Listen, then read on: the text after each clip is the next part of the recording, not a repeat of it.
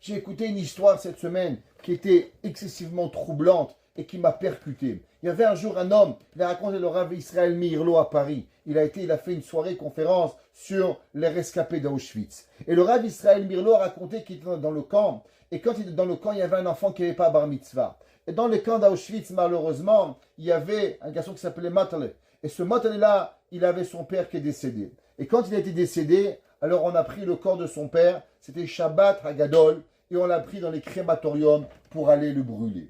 Et l'enfant, au moment où on allait brûler son père, il a crié, « Mais comment on va brûler mon père? On ne fait pas un Kaddish? Il n'y a pas un sidour que je peux dire Kaddish pour mon père ?» Et l'enfant, qui avait 10 ans, il a dit, « Tais-toi, ils sont dans les camps de concentration. S'ils vont entendre un Kaddish, ils vont tous nous tuer. Tu nous as mis notre vie en danger. » Et l'enfant, il ne laissait pas. Il dit, « S'il vous plaît, un Kaddish. S'il vous plaît, un Kaddish. S'il vous plaît, un sidour. » Alors, il y a un monsieur qui était là-bas, il lui a dit, « Tu sais, on m'a dit qu'il y a un juif qui s'occupe de laver les pyjamas. » Vous savez qu'à Auschwitz, ils étaient tous dans des pyjamas rayés.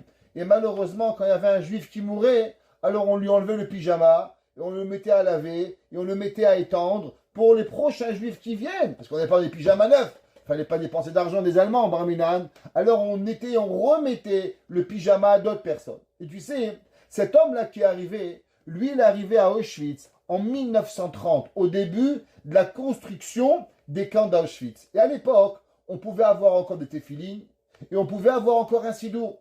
Alors va le voir, peut-être on m'a dit que lui, il a un sidour.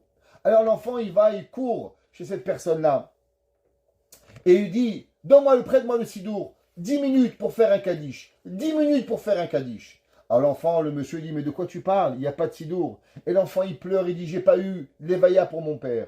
J'ai rien eu. Au moins que je peux dire un kaddish pour mon père. Au moins que je peux dire un kaddish.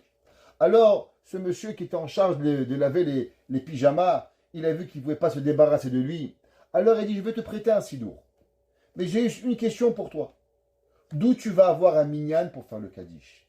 Ici, il n'y a pas de minyan, il n'y a que toi et moi et moi et toi. Alors d'où tu vas vouloir avoir un minyan? Alors l'enfant de 10 ans, il a regardé et tu sais, je vois sur les tendoirs qu'il y a plein de pyjamas. Chacun de ces pyjamas a appartenu à un juif. Alors tu sais qui c'est qui va être mon minyan? Va être les 10 pyjamas qui vont être là. Parce qu'ils ont appartenu à une âme juive, qu'ils ont été brûlés à Auschwitz. Alors je vais faire le kaddish. Toi tu répondras Amen. Et l'âme de ces 10 juifs qui a traîné dans ces pyjamas complétera mon minyan pour pouvoir dire le kaddish à mon père. Aux alentours de 1990, ce monsieur est décédé, le Rav Israël Mirlo est parti à sa levaya et il a raconté son histoire et il a dit attention aujourd'hui, toi monsieur tu n'as pas 10 pyjamas pour dire kaddish, mais tu as 3 enfants qui disent kaddish et tu as des centaines de personnes. Ça c'est la belle histoire de Rav Israël Mirlo. Mais laissez-moi vous poser une question. Comment c'est possible qu'un enfant, dans Auschwitz, le jour où on prend son père, on l'amène dans les crématoriums, il pense à dire kaddish? Il pense à avoir un minyan. Il pense que des pyjamas pourraient compléter le minyan de son père. Comment c'est possible? Nous, que Dieu préserve, qu'Hachem nous amène jamais dans cette situation. Altavi l'Isayon, vers Altavi l'Ibisayon. Mais je ne sais pas si aujourd'hui, à 50 ans, on aurait cette pensée, cette volonté de faire le kaddish. Vous savez pourquoi? Parce que la Yirat Shamaïm chez eux, elle avait été inculquée dans leur vie.